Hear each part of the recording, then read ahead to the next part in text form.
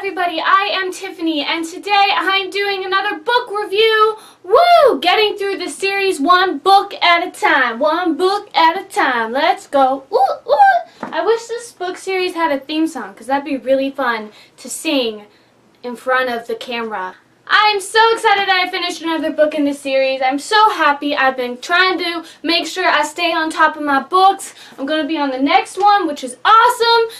I'm just so excited. Now, this is the 5th book in a series, so just warning you, there's not going to be a giant non-spoilery section because, well, it's really hard not to spoil the rest of the series for you when you're already on the 5th book, and there's 4 books prior that you should have already checked out probably before checking out this video. But I will try and make it as long as I possibly can and give you as much information about the book without completely, absolutely spoiling you. The book I am reviewing today, if you have not read the title yet, is the 5th book in the Mortal Instrument series by Cassandra Clare, City of Lost Souls. As you guys have known, if you've been keeping up with my videos recently, I have been switching off between the Mortal Instruments series and the Infernal Devices series by Cassandra Clare. My last video was on Clockwork Prince, which was on the 2nd book in the Infernal Devices series, and I also have book reviews for the first 3 books in this series. I will put a link to all of those videos down in the description below. I suggest you go check those out first because, well, they come before this book in the Mortal Instruments series. I don't have the 4th book in the Mortal Instruments series a book review for, and I am really sorry about that. Like I said in a prior video, I had a bunch of stuff going on and school was coming to a head and crazy stuff, so I wasn't able to actually record a video for it when I actually finished the book. And I will have a book review for the final book in the series, City of Heavenly Fire, and then I will have one more book review for the Infernal Devices series as well, because I will be reading the finale of that book next, which is awesome! I am in my traditional black clothing that I usually wear for the Mortal Instruments series, though my hair is down today, where usually it is up in a tight ponytail. Oh my gosh, I need to get my steal/stealth thing! Hold on!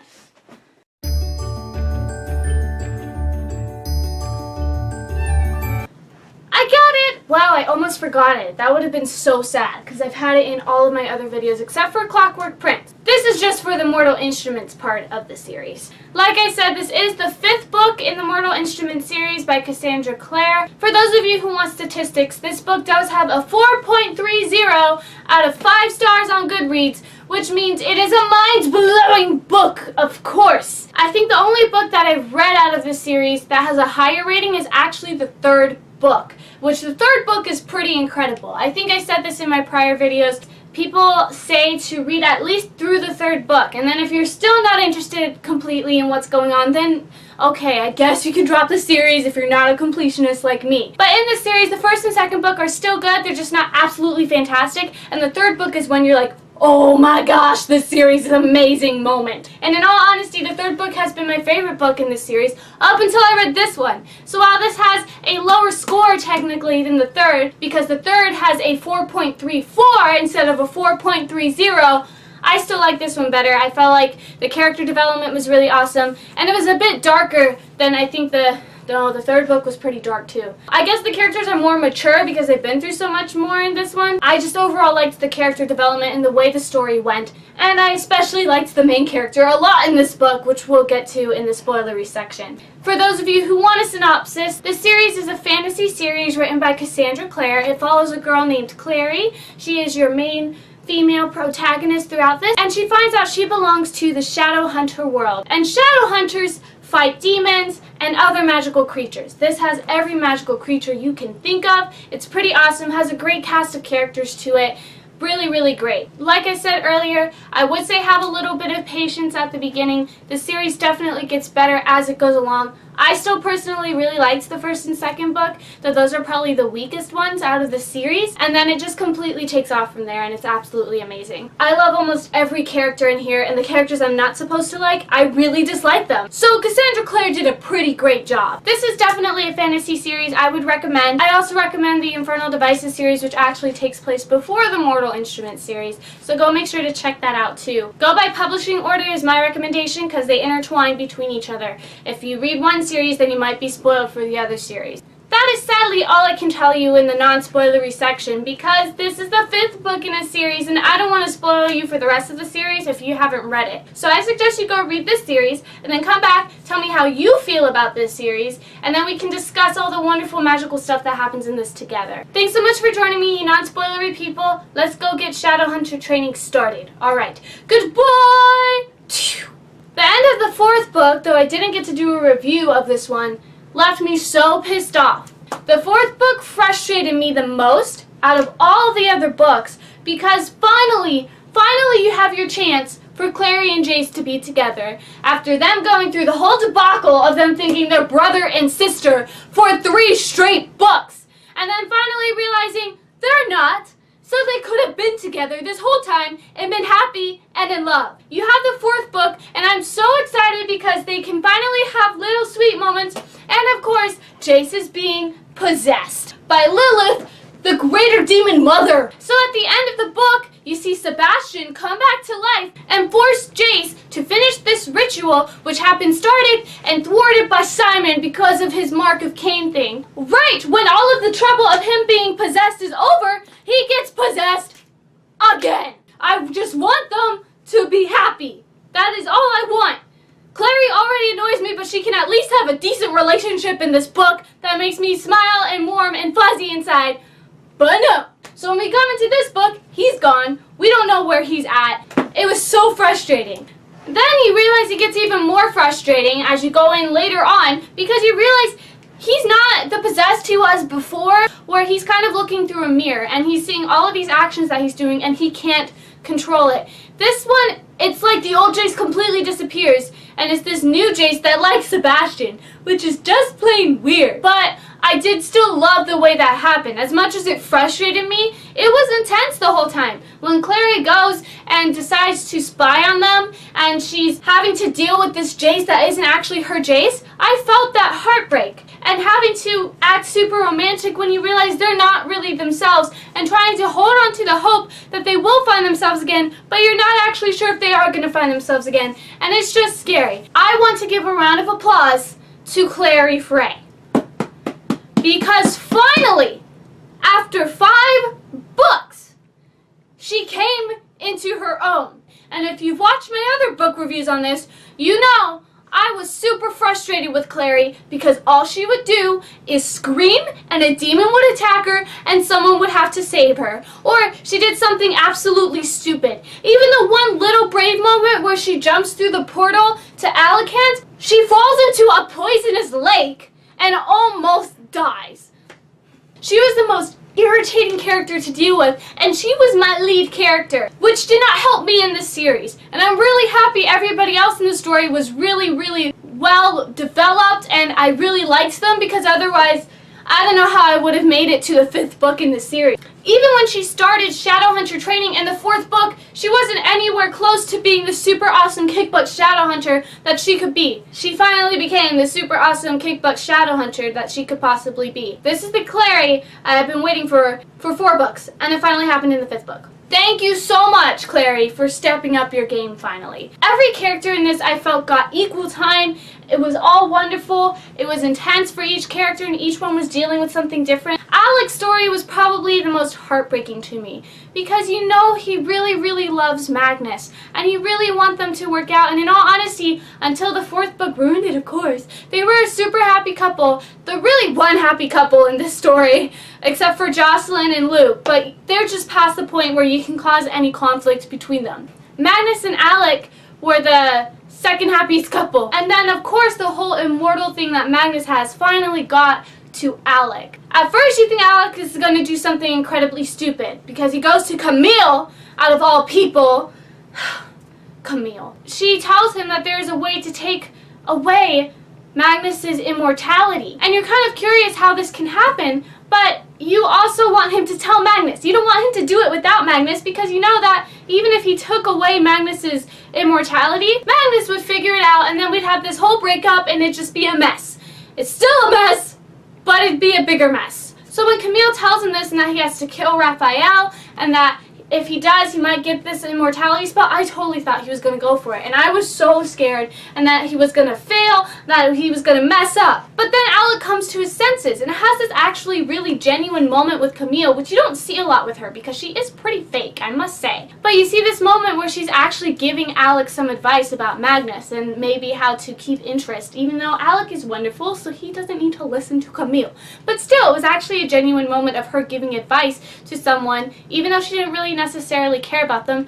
You could tell she sort of felt for this guy a little bit and his love for Magnus and wanted to help him out just in this tiny moment until she ruins everything later. And then I thought, stupidly, that was it. I forgot about it for pretty much the rest of the book until the ending with them, which absolutely crushed me. Alec is going to see Camille and Magnus follows him and he gets really, really mad. And then you find out that Camille wrote Magnus a letter telling him that Alec was going to take away his immortality. I was so pissed, and I felt so bad for Alec. Alec was sputtering, trying to say, wait, no, I said no. And then Magnus was saying, you still thought about it, and that's awful. And then Magnus breaks up with him. Like, you get one couple to finally be okay, and then the other one breaks up. And it's just stupid. Let everybody be happy and harmonious and beautiful. I want Alec and Magnus to stay together forever, and I really hope they get back together at the end of this series, or I'm gonna be mad, because Alec deserves Magnus, and Magnus deserves Alec, and they are beautiful. The other couple that finally developed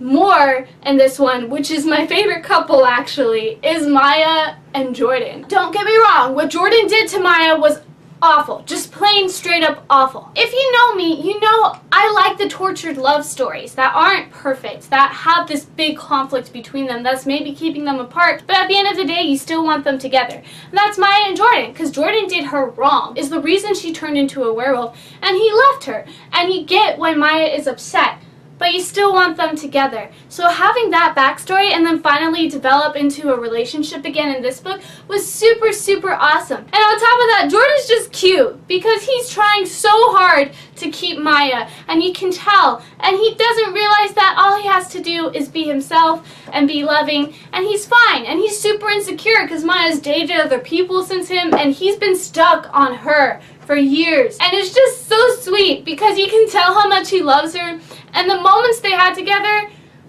they were so beautiful. I loved them. They've been through so much, and I love that they're at a place where they're really happy with each other, which is awesome. The other couple, of course, besides the obvious Jace and Clary, is Isabel and Simon. This is slowly getting somewhere. They better actually be a couple by the end of this last book, because if they're not, I'm going to jump into the book and then make it happen, and we're going to change some things around, and then they're going to be a couple. And their moments were super sweet too, and theirs is more interesting too because they have all this conflict. Simon did her wrong too. He was cheating on her with Maya. Bad Simon! You're supposed to be the good guy. Like, that's a Jace move. As much as I love Jace, Jace would be the one to do that if he wasn't head over heels in love with Clary. Not Simon. Simon shouldn't be having two girls at once. That's just stupid. Now she's slowly starting to really open up to him and show her true feelings. And I really hope she does say something to Simon. Because Clary's right. He's the type of guy that he needs the girl to say that it's okay and that she likes him too. And they're a weird couple looking outside in, but they're still adorable and are perfect for each other. Do not question it. Clary and Jace, they are almost to the point where they can be together, but Jace has the heavenly fire in him now, so now Clary can't touch him, which is really funny. The part that made me laugh, in all honesty, was at the end where they're talking and he's saying, you know the thing we almost did in Europe? Well, we can't do that because, well, I don't want to burn you up. And she says, okay, it's fine with me if it's fine with you. And he goes, heck no, it's not fine with me. I'm a teenage guy. I died of laughter at that because Clary's trying to be nice and just say, hey, you know, it's okay. I have you. That's what's important. And he's like, no, I wanted to do that. I'm just hoping there's no more conflict between the two of them now. Both of them have been through a time. They just need to have their peace and quiet now. I know there's going to be a battle, and that's going to get intense, but the past two books have really been conflicts between Jace and Clary personally. Their relationship itself has been tested. So let's have external conflicts that they have to deal with together happen now. I am really interested to see what happens with Maureen. Maureen was one of those characters you really didn't think much about. Even though she was turned into a vampire at the end of the last book, you really didn't think much about her character. And now she's becoming a really powerful character, which I am scared of. I'm scared of this little girl. She said she killed Camille, which is a big giant thing to do. Did she really kill Camille? Because Camille's super powerful. And you can see it being maybe she manipulates Alec into thinking she's dead and then have Maureen take over, but she's not really dead. I just don't see Maureen killing her. But if she did, then oh my gosh, we need to take care of Maureen. And Raphael better come into bigger play too, because he has to deal with this whole Maureen situation, and him and Simon are at odds. I feel like all of that has to be resolved. It just surprises me that Camille would already be killed. If it is the fact, I don't still completely believe it, but maybe she actually is, because we are coming to the end of the series. But I just can't believe it because there's been so much conflict around her. And the thought that this young vampire just killed a vampire that's been around for I don't even know how long, that's an insane thought to me. It's interesting though. So if Camille is really dead and this isn't a whole ploy, then this is going to be a very interesting development because Maureen is scary. And she's with there and Alec. Oh my gosh, her and Alec are facing off right now. Jocelyn got on my nerves a lot in this book. This was the hard thing about Jocelyn, is that she's protecting her daughter and she's actually doing the right things with that. And I agreed with them that she needed to get away from Jace, but at the same time the way she's handling it isn't good. So when Clary goes and disappears, as stupid as that might be, you also understand her a lot. Her being there with Sebastian was just intense. Every single time it cut back to her, I was just on edge because I didn't want her to be found out, and Sebastian was being weird. I totally thought it was going to go in a whole different direction with it, with Jace, because I thought what was going to happen, in all honesty, was that his love for her would kind of overtake the rune in some way, because the whole thing is that love is weakness, and it'd be kind of cool if love was the thing that broke the rune spell thing that's going on with him, because Sebastian is making moves on his own sister, which is just plain disgusting, because he has demon blood in him, but that doesn't excuse it. I thought Jace would maybe see it and then freak out and go crazy. But no, Sebastian could have completely done more, and I don't think Jace would have been faced with that rune on him. The moment that got me the most emotional was the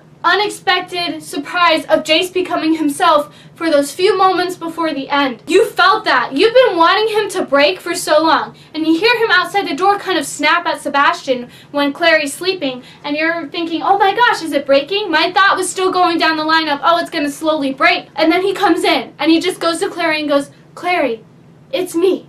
It's Jace. And Clary bolts up. It was so sweet. And you're just like, oh my god, he is here. He's okay. We don't have to kill him. I was still getting mad at them though, because I just wanted them to have their moment together. But no, it had to be ruined. One, Jace wanted to turn himself in, but in all honesty, I kind of wish he had. I didn't want him to die, but I knew the other characters were getting the sword to protect him, so I was thinking, well, if we get the sword, then he can go to the Silent Brothers, then the other people can tell the Silent Brothers they have the sword, and then they don't have to kill him in order to kill Sebastian. And what does Clary do? She won't let him, because she doesn't want him to die, which I completely understand, but she still does something stupid and calls Sebastian down from his room to make sure that Jace can't get out. I was so mad. Clary, why do you have to ruin a moment with the real Jace? You don't know how long this thing is going to last? Just have a moment with him. Go to the Silent City. Have the brothers protect him. Talk to Brother Zachariah. Just come on.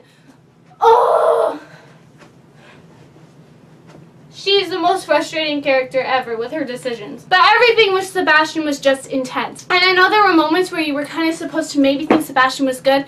I didn't believe it for a second. He's one of the worst villains I've read. Like, he's just super devious and disgusting. I don't like Sebastian. I did see coming, though, that Clary would have to stab Jace just because of the way they described the sword. If they had said that if you stab them, then they will die, but just separate from each other, then I wouldn't see Jace getting stabbed. But since they said that it would burn all the evil out, I figured he would, just because he could probably survive because Jace is an angel and beautiful. That whole battle sequence was just super intense. Jordan almost got killed, but Maya saved him, thank God. And then also in the fight, you had the whole thing with the Modest, who is Luke's sister. That was so sad, having to face Immodest. She almost kills Magnus. It was still super sad because as much as she wasn't a giant character in this, you still like her a lot from the time that you've met her in the past, and knowing that's going to really impact Luke and how he is. I don't know what's going to happen in the next book, but everything's super intense. Luke is still hurt. Alec is stuck in the subway with Maureen. Jace has heavenly fire within him, so he can't touch anyone. Just all of these developments are absolutely crazy, and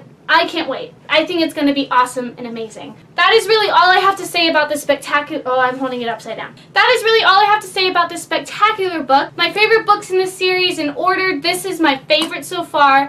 Then City of Glass, then City of Fallen Angels, City of Ashes, and then City of Bones. Thank you so much for joining me today. If you have any other book or movie recommendations, leave them in the comments below. I'd love to hear from you guys. I write down all of your suggestions so I make sure I get to them eventually. If you want updates on when I'm going to be posting new videos, you can always go to my blog. I'll flash the link here, and there will be a link in the description. That'll give you updates on videos if I'm posting that week, if I have other acting stuff going on, if there's a reason that there isn't going to be a video this week, anything like that. It'll keep you updated on everything, so make sure you go check that out. Thank you so much for joining me today. Have a wonderful day, evening, afternoon, whatever time of the day you're watching this in. Don't forget to be awesome. Shadow Hunter, kick butt awesome. Alright, goodbye! Woo!